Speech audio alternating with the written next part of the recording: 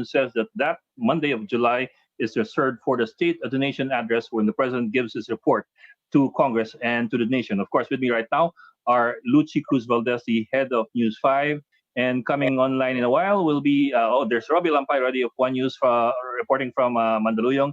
And in a while, we will have Ana Marie Pamintuan, Ami Pamintuan na lang, of the Philippine Star, live from the port area. Gentleman and lady, happy Monday. Happy Monday. Should I ask you what the big news is today or hindi na? Careful about the reactions. Okay, we won't preempt. Okay, we have plenty of guests tonight. The story of the day. Come on. Yeah. It's special because it's COVID season. I think it's the only SONA in history that's being made in a pandemic season. And of course, it's what they call the penultimate, no? So penultimate, yes, the penultimate, and penultimate SONA, and certainly the setup was relevant, diba?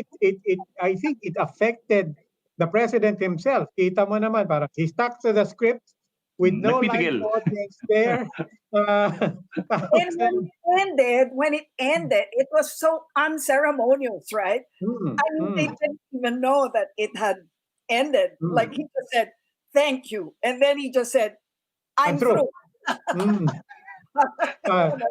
Because kanina, I mean, COVID was in the air even prior to this, of course, di ba? May nag-test na positive among the people that were expected. So for a time, there was that question kung itutuloy pa nila sa batasan or they're going to go to Plan B, which was Malacanang. Obviously, they decided to stick with Plan A, as they said, Don. But at the end of the day, I think we were talking to analysts and observers, and despite COVID being the biggest thing in our story right now, the reality is people nabitin yung mga tao. They didn't really hear that much about COVID or the plans moving forward on at least details on how to attack it. Yeah. He was on fighting mode again against oligarchs, no? It was the beginning of his speech and it was the ending of his speech, no? He started by hitting out oligarchs and Senator Frank. Well, he started with Drilon. Came full circle again to the oligarchs at the end of the speech. So, wow, talagang you could tell it was very heavily on him for whatever reason, no? But and tamang-tama ang first guest natin for tonight is the senator that the president tagged as the protector of the oligarchs. We have with us Senate Minority Leader Franklin Drilon. Sir, good evening po, and thank you for joining us tonight. Sir. Good evening, Ed. Good evening. Good evening. Hi, Rob. Good evening, Robbie. Sir, first 5 minutes of the President's SONA, you took center stage. The President said you took advantage of the preoccupation of the government with the COVID-19 pandemic, and he said that you're bringing up the among other things the issue of political dynasties shows that you are a protector of the oligarchs. Were you even there, sir, during the SONA? Were you online or were you in person there? No, listening, and I nearly fell off my chair. Firstly, let me make it clear through your program. It was in this program, I think about 2 weeks ago, when you asked me what do I expect from the president's speech. I said I would like to see how do we move forward with what the problems that we have. I'm waiting for the president to present to us a comprehensive plan of how to get out of this mess. And I distinctly remember it was in your program when I said this. Now, so I was surprised that he opened his speech with a personal attack on me. I am not the enemy po. I am this pandemic, which is the enemy. Now, but having said that, let me make it of record. I do not owe anything to the Lopezes. Wala po akong utang na loob sa kanila. If I defended ABS-CBN and disagreed with the termination or the non-renewal of their franchise, it was because of the principle of freedom of the press. I thought that it would send a chilling effect on media owners if if what happened to the ABS-CBN would be would be repeated in the future. So I said, no, the non-renewal is wrong, especially during the time of the pandemic today, where ABS-CBN was a source of information in addition to, of course, your outfit, but indeed, we needed every media outlet to send information to our people, and ABS-CBN performed that role. And thirdly, I was concerned about the 11,000 employees of ABS-CBN, where the franchise was not renewed. What will happen to these 11,000 employees? Right now, they're looking for a job, and unfortunately, jobs are not so easy to look for because of the pandemic. So, Senator Drilon, I mean, just to get this out of the way, no? Kasi bukod dun sa Lopez, may iba pa siyang very pointed question sa inyo. He would like to know now, were you with ACRA and did you have a hand in terminating the contract for Manila Water? I pledged by the graves of my parents. I have not even seen the shadow of that agreement, Robbie. I had nothing to do with it. And I am willing to undergo through a lie detector test. I have not seen up to this point. I have not seen that water concession agreement. I was already retired from Accra. By the time, it was during the presidency of President Ramos. And I had nothing to do with that. As I repeat, I have not even seen the shadow of that agreement. So I think the president, is misinformed about this. And unfortunately, notwithstanding my repeated denial, he keeps on attributing these contracts to me. And I would repeat it, I have not seen this contract. I had no participation whatsoever, not even a come-out period in this concession agreement. To be sure, Senator, hindi naman kayo nag-iisa doon sa mga kumontra sa rejection ng ABS-CBN franchise. No? And we're really looking for a context, a reason for why he would bring you up in something as important as the State of the Nation address. Can you think of any other reason aside from the fact that you are, an opposition leader? When that thing about the oligarchy came up, I said, look, it should not be based on personalities, because there's an oligarch today. In the next administration, there will be an oligarch. So I said, what we should do is to reform the system, strengthen our laws, like the Anti-Competition Act, if it can be improved, and let us improve our system and our laws so that we can prevent the oligarchs from coming in. And part of that, I said, is a passage of an anti-dynasty law. And that probably he thought that I meant his family. That is not true. As early as the 10th Congress in 1995, I already voted for the anti-dynasty proposal in the Senate.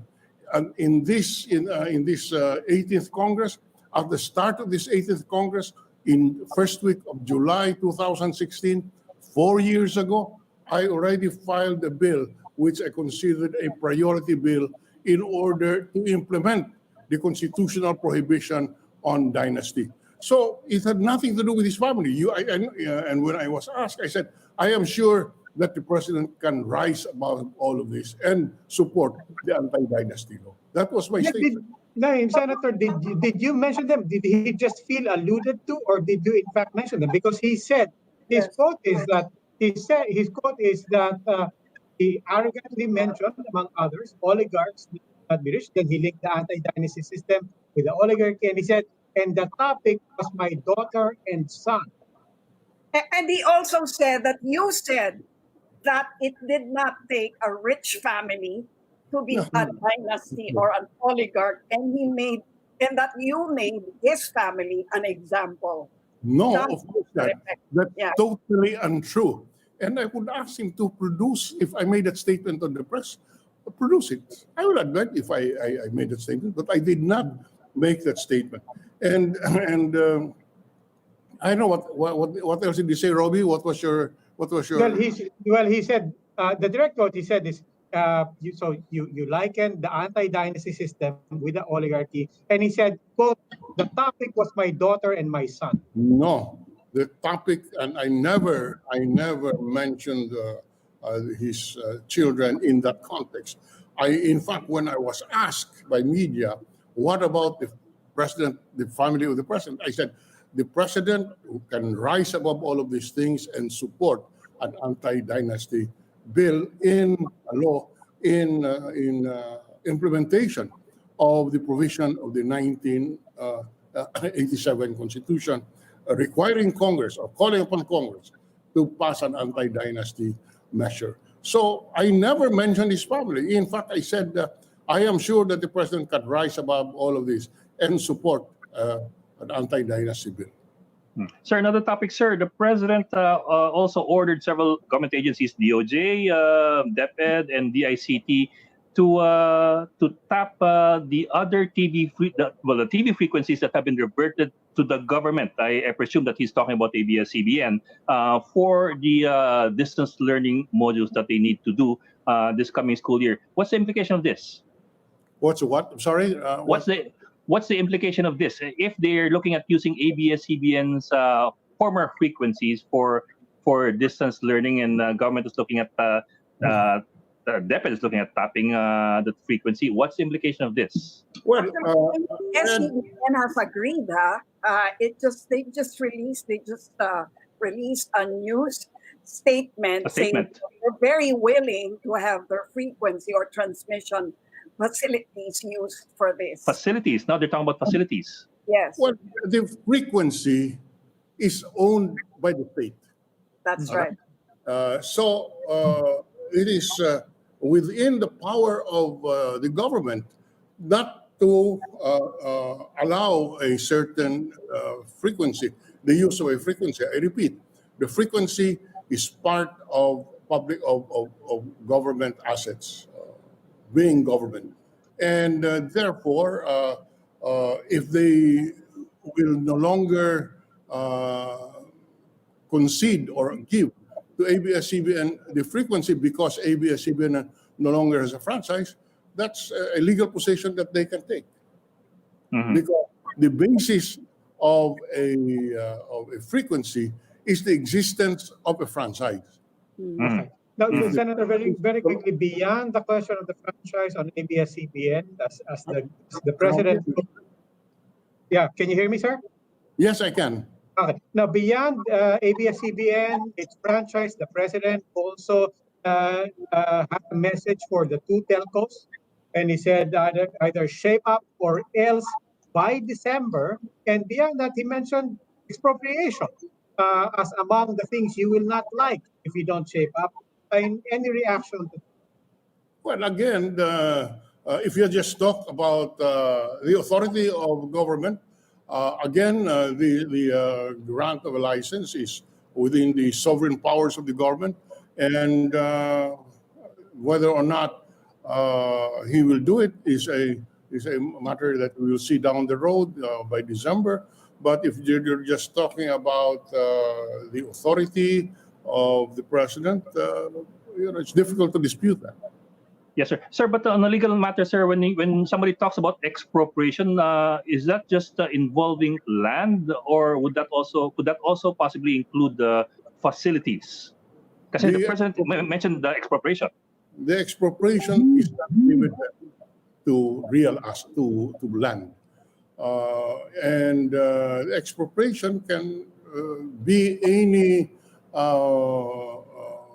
property which maybe the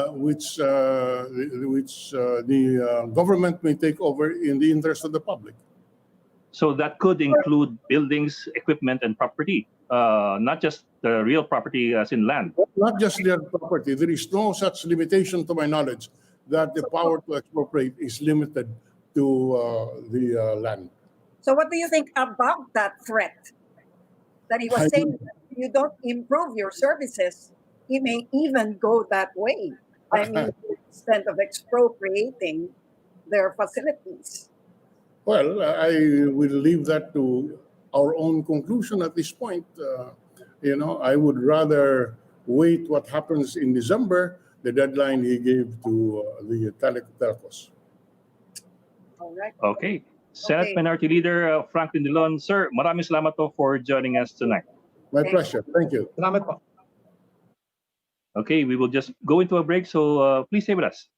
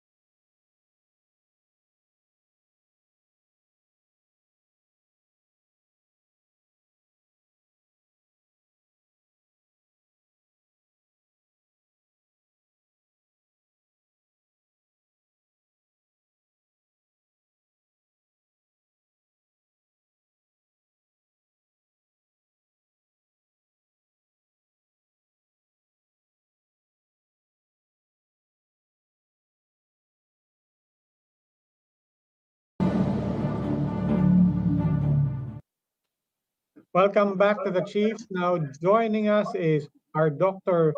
Jean Encinas Franco, the University of the Philippines, and Professor Edmund Tayao of the Ateneo School of Government. Professor Tayao and Professor Franco, welcome to the Chiefs. Welcome. Hi, good Good evening. evening. Evening, Dr. Encinas. Hi, Dr. Franco, let me start with you. Your reactions to the SONA. I mean, obviously, COVID is the biggest theme for the country right now. People were looking forward to hearing governance plans. Did you hear it? And beyond COVID, did you hear Thank what you you wanted to hear or once what you were again, expecting to Rob, hear? and the whole team. Hi. Hi. Hello, Jean. Hi. Hi, Dr. Oh, G. hi. Ang Oh, yeah. naman pala ang delay ni Professor Tayo. Yeah, may delay Sobrang siya. delay siya. Yeah. Shall I answer Robin, ha? Yes, go ahead. Yes, go ahead, go ahead. There were measures mentioned by the president, but to me, it was not a plan.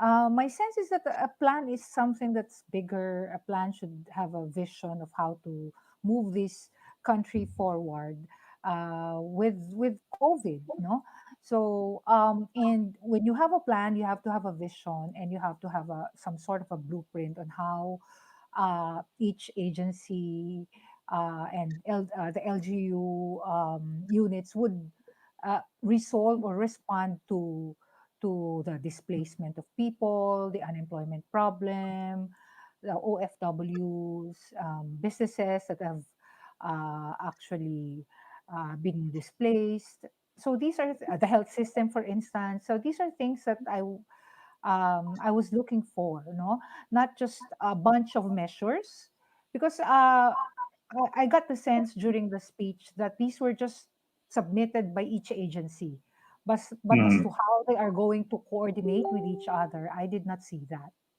Yes, ma'am. And these are measures already pending in Congress, like Yes, yes. yung CREATE, yung CARE, tsaka yung Bayanihan to Mhm. recover as one bills. Yes, yes. So, so were you disappointed? Were you, Bitin. expect anything that I guess something new from the president, knowing as how he would always conduct his speeches. Yeah, oo. I guess the one thing that's new is that he attempted to have empathy when he said that I know what you are undergoing, but yeah, well, I think he was coached to do that, and also the fact that he stuck to he started on time, and as much as possible he refrained from ad libs, pero hindi pa rin napigilan at some point. So yeah, these are the things that. But then again, when he started with Senator Drilon, I was really turned off and ended with Senator Drilon because I guess it's something that should not be done because you're speaking before the nation, and it's unfair to the senator. The political space is not proper. Okay. Mhm. Hey, Professor Tayo, I'm just curious. Obvious. This was, as we said, the penultimate SONA of the president. He has one more next year. This is a SONA also that leads us to election season next year. If this were not in the time of COVID and you had the full Congress there, I imagine the tenor would have been very different. Did the president lose any opportunity here because of COVID? Never mind his actual message and what happened now, but how much did COVID change the entire occasion?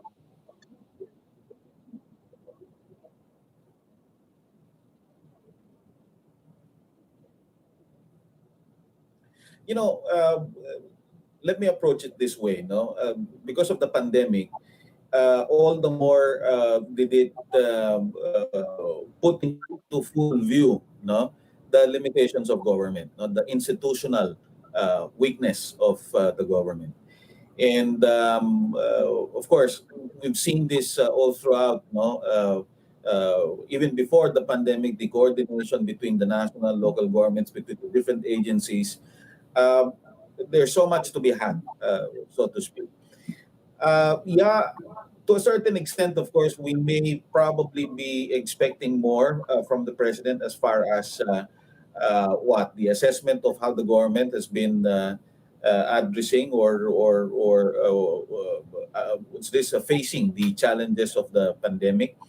But most of the legislative proposals mentioned by the president actually are related to dealing with the pandemic. Um, Alam mo, regardless where you sit, of course, you will have what's this biases, no, and political preferences. And so I have to say, of course, that to those who are expecting a president who's really going to stick to the script and avoid any canto speak or what have you, lalo na yung joke niya na kung hindi nyo naintindihan yung sinasabi ko, ako din hindi ko naintindihan.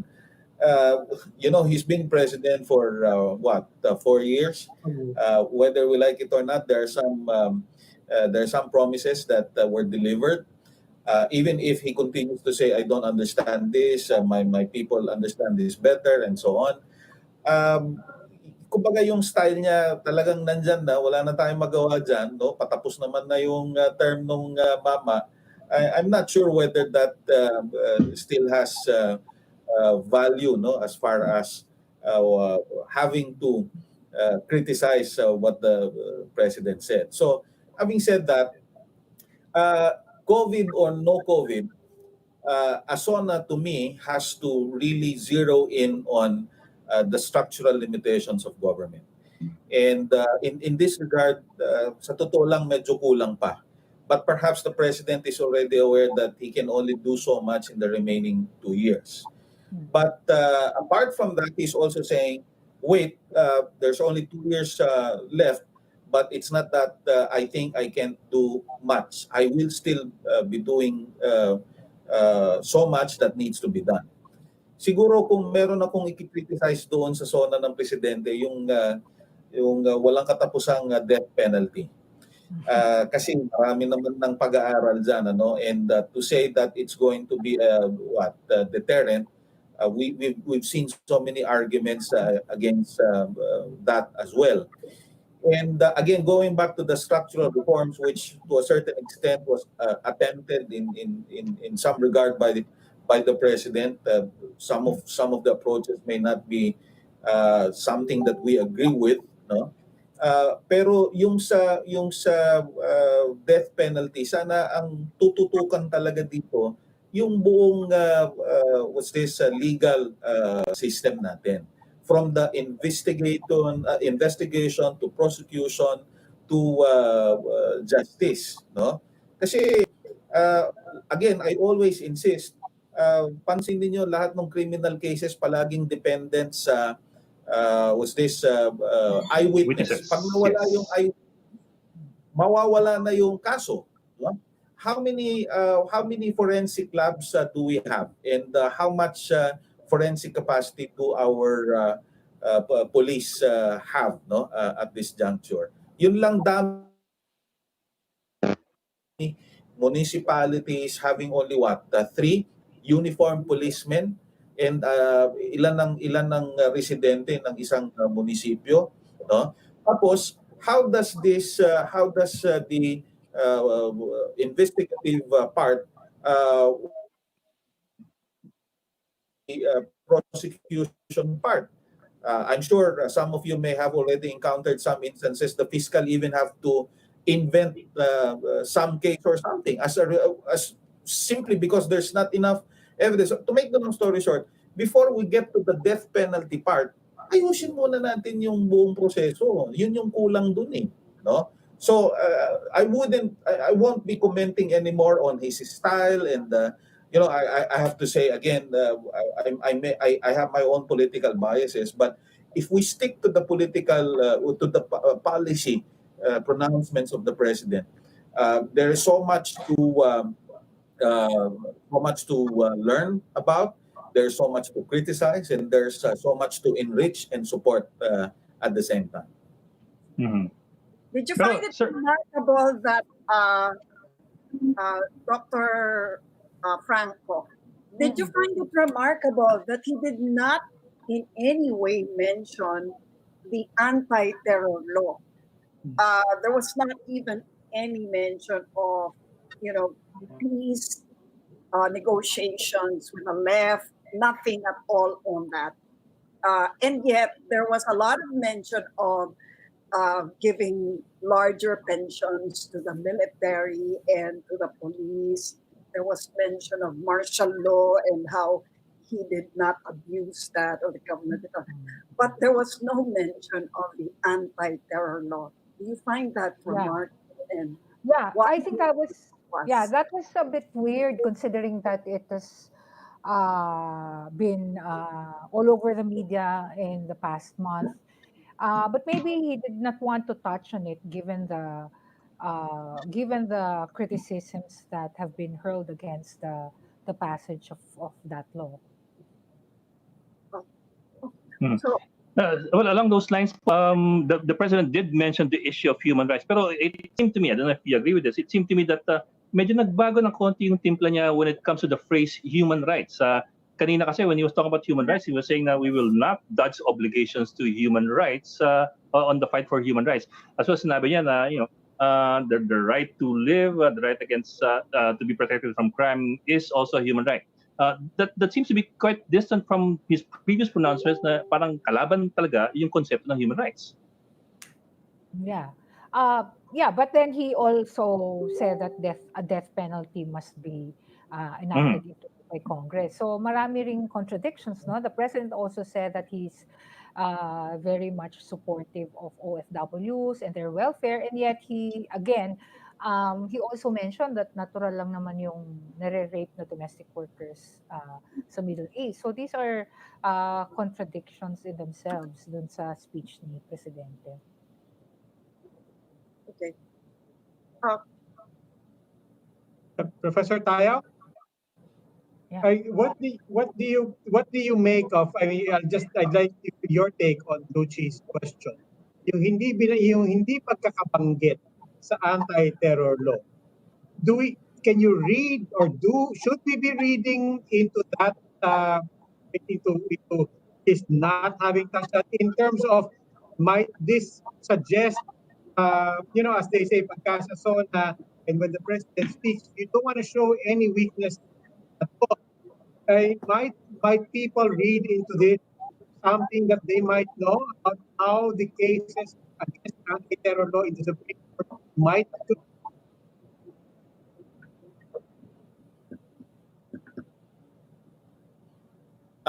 Akala ko si Jean yung tinatanong. Sorry.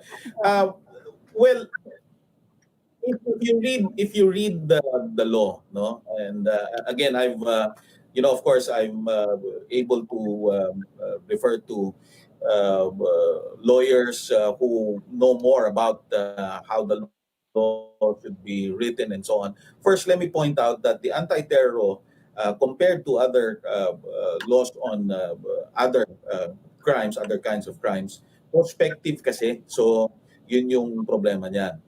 Pangalawa, and this is something that I'm quite interesting to me when you look at the social media, ang laging hina-highlight doon yung dagdag doon sa number of days that one will be arrested without warrant. Pero hindi na-highlight doon yung provision na nakalagay na immediately dapat in the presence of a lawyer yung isang akusado. At saka yung importanteng elemento doon that in fact before a suspect can be taken in, no? And ang possible source of evidence mo lang diyan yung ginamit sa pagtap ng telepono mo and so on, no? Bago ka makatap ng telepono, ang pupuntahan mo hindi RTC pero yung Court of Appeals, no? So again, in theory, no, you can rely more or there's more reliability, no, in the Court of Appeals compared to RTC. Now, if yung batas lang yung magiging basis natin, sa akin again, I'm not a lawyer but I went through the law itself. I find nothing that is problematic there. One thing that I will agree, kailangan mong i-specify, may mga vague provisions talaga doon that sadly is open to interpretation, not so much because of the law again, but with what I was trying to point out earlier. Kaya ayaw mo ng open to interpretation yung batas natin kasi yung public institutions natin sobrang kulang, sobrang mahina, sobrang incapacitated to describe it, no, for lack of a better term. So, in other words, yung kasi yung problema sa policy making natin, masyado tayong piecemeal, no? Tingi-tingi. We don't look at it in a more comprehensive way. And so the tendency is to be divided politically, that one is pro this political group and the other against this political group. So doon ngayon nagpupunta yung usapan, hindi doon sa policy mismo. Yes, but Professor, ulitin ko lang, I mean, not to get into a discussion about the anti-terror law, ulitin ko lang, given everything that you've said and given how strongly this government has pushed for it, why didn't the president even mention it? To be honest, Rob, I wouldn't even hasten a guess why. No? Could be perhaps the speechwriter failed to put it there, or that in the end, when they were finalizing the speech, they thought that it's not as important as the other issues that were included in the speech. Third, you could say that perhaps some of the decision makers involved in the preparation of the SONA and what the president is going to say thought that this is already in the Supreme Court, so we might want to leave the Supreme Court to decide on the case. I don't know really, but politically, I don't think that it's a political reason why the president would leave it out. But Professor Tayao, are you satisfied with the fact that he did not really lay out a holistic, let's call it, plan to address this pandemic, not just in the short term, but also in the long, because considering, of course, that there have been so many criticisms on how the government has been handling the crisis? Well, admittedly, there's so much to be had in that regard. There was an attempt to put together, alam mo kasi, at the end of the day, the president was, to my mind, attempting to explain that it's not just about health, it's not just about security. In fact, it's both health and security, mainly because it is also economic. So, in other words, this goes back to the debate not only within the president's official family, but even among friends. For example, some of my friends would insist, dapat kasi hindi na pinayagan yung mga tao na lumabas, dapat nasa loob sila, lalabas lang sila pag bibili ng gamot, ng pagkain. Fine. But can you imagine, again, I was trying to explain in one of your other programs earlier, you go to the mall and you will find it surprising, and siguro matutuwa ka if you're into shopping and want to buy shoes. Yung mga sapatos natin na 8,000, mabibili mo lang ng 2,000 ngayon. For a consumer, that's good. That's good news. It's like a fire sale, so to speak. Pero hindi mo ba maiisip na yung negosyante is at the losing end, and perhaps he's just really doing away as fast as possible the merchandise that remains in the store. And in the end, magsasara yan. At ang dami na ngang nagsara. So, what I'm saying here is, ang hirap magdesisyon na, health lang ang tutukan natin and yung economy hayaan na muna natin. And some would say the government should continue giving amelioration program and so on. And fine. Some would say government afford it because of so many additional taxes and so fine. But imagine the contradiction between the basic goods like food that skyrocketed almost immediately when the lockdown happened, and itong mga other goods na biglang bumagsak yung presyo. You're already talking of a mix of inflation or contraction or whatsoever. Perhaps we can ask an economist in this regard. So the whole thing is Okay, it seems we've lost Pero professors, including Professor Jean, isn't that what you would expect from the SONA? A sense of direction, a sense of vision, a sense of balance. Considering that you have these two that you have to weigh, ano mas matimbang dapat? Isn't that what you would want to expect from City of the Nation? Yeah, exactly. But then, and that's where leadership comes in. I mean, you can only plan if there's leadership. Otherwise, it's going to be there are measures mentioned, but it's going to be a hodgepodge of measures. And true enough, tama yung sinabi niya, ni Lucy, na kailangan meron ding measures even after his term ends. I mean, it doesn't have to be the Duterte administration who should administer it, but then he should plan in the long term. Because this is going to affect the next administration, definitely. So how would you grade the SONA if you were to grade it? 5? Out of 10. Out of? I mean, I thought UP grade. But that's also that's bad. UP grade 5 is failure. Hindi man lang 4. Cinco. Sorry. Ateneo scale. Oo, at One being the highest. Professor Tayo. Well, I'll give the president a passing mark. Okay. Okay. Sa UP. Okay, sige. We'll leave it at that. We need to take a break. Maraming salamat po, Dr. Jean Franco of the University of the Philippines and Professor Edmund Tayo of the Ateneo School of Government. Please stay right there. The Chiefs will be right back.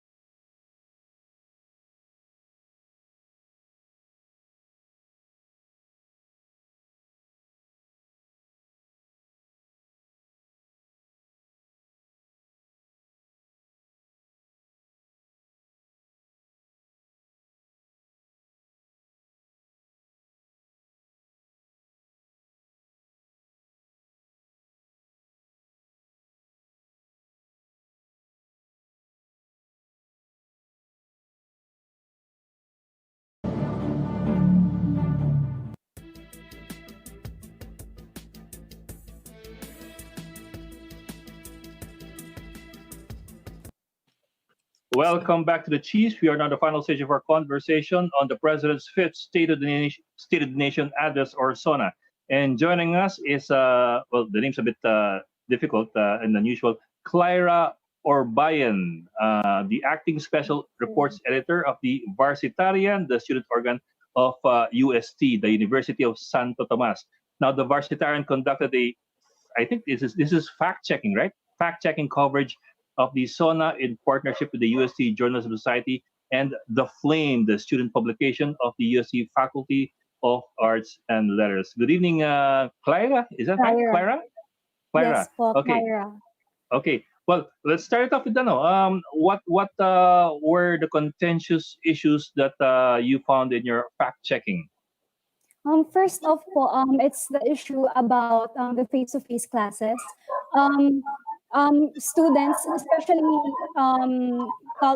students in UST, are finding it a little vague. Yung face-to-face classes po natin is very hindi po siya mas nalinaw ng CHED and ng DepEd. Sinabi po ni President Duterte kanina na hindi niya papayagan na magkaroon ng face-to-face classes kapag walang vaccine. However, in-approve niya po ang face-to-face classes sa mga remote, sa low-risk areas. Yes. So, yun po yung hinuhope namin ng sector ng youth na sana may plan ang government, clear-cut plan for us students sa in this pandemic. Kasi yun po yung hinuhope namin na makita sa SONA. it's the plan, it's the hope, para may makita po namin na the government is doing something for the sake of its students. And well, dun po sa SONA kanina, it's clear na napaka-vague pa rin nung plano ng government for its students. Yun, Okay. yeah. Pero Clara kasi I think it's also a fact-checking initiative on your part. Did you find any inaccuracies dun sa ulat ng Pangulo? The context po sa West Philippine Sea, yung sinabi niya po na we are not ready for war, but we found out na hindi niya po ini-impose yung Hague ruling. So that means we need more context. And doon din po sa face-to-face classes, which is it needs more context po sa part ni President kasi he approved face-to-face classes on low-risk areas.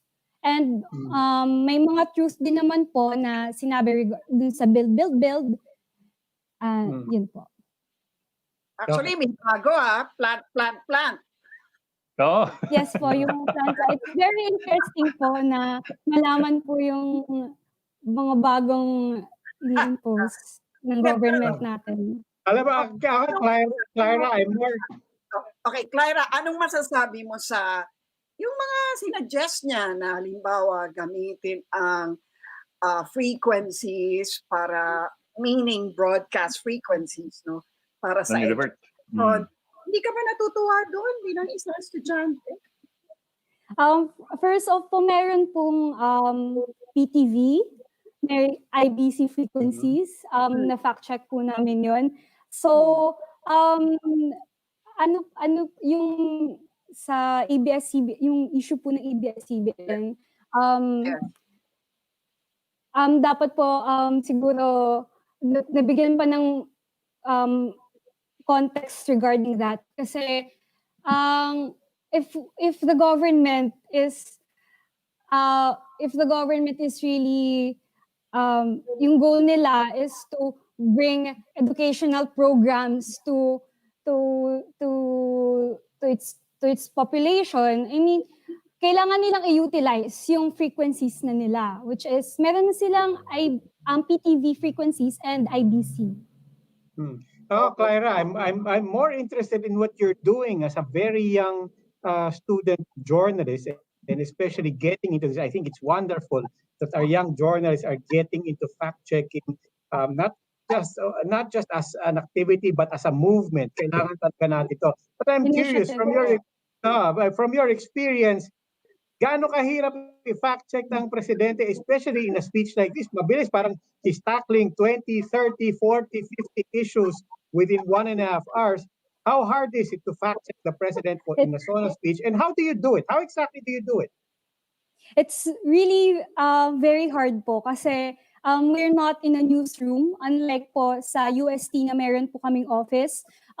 We do it through Facebook Messenger and a system in Google Sheets. Pero we really believed in the initiative because I told the staff now we are part of a very pivotal part of history. This is a very crucial part of history, and let's be honored that we are part of this. Because we're already a part of history. So to cover this, a SONA amid a pandemic and in a crumbling state of democracy, I mean, it's an honor to be a journalist right now. It's relevant more than ever. Ilan kayong involved dyan sa initiative na yan? We are composed of the Journalism Society and the Flame. Nasa more or less 30 lang po kami. Okay. Now ako, gusto kong balikan yung sinabi mo, no? You want to be a journalist in this time, pero you see how the president talks about media. You know how he talks about journalists. Kita mo naman, nagsara ang ABS-CBN, daming na problema, inaatake ang Rappler. Journalists are all complaining that there's not enough commitment to press freedom. Why do you want to become a journalist? that motivates us more po. Hearing those things really makes us inspired as student journalists kasi nakikita namin kung ano yung problema ng kung ano na yung nangyayari sa democracy natin, and we're an essential part of that. And it's our responsibility. Nakikita namin po ito as a responsibility as a campus journalist and motivate kami to do our job because we are the future of the media. And if we don't act now, if we don't act or put things in history, put the truth in history, then magko-crumble lang lalo ang democracy natin. Alam mo, Parang ano, it's the times and the worst of times. Apologies to Charles Dickens. pero Boca, yan ang state of the nation. Yan ang state of the nation. I mean, really inspiring to see young people speaking like this. Thank you po. Bago isip mo. Alright. Okay. Okay, maraming salamat. Clara Orbayan, right? Orbian, sorry. I'm thinking kasi O'Brien eh. Orbian. Maraming salamat, Clara Orbian, Special Reports Editor ng The Varsitara ng UST. Thank you for joining us tonight. Thank you so much. Okay, thank you. And that will be all for this special naman talaga, di ba? Edition of the Chiefs. We hope what is discussed here will keep the conversation going. I'm Edling of One News. I'm Lucy Cruz Valdez of News 5. I'm Robbie Alampay, and we are One News.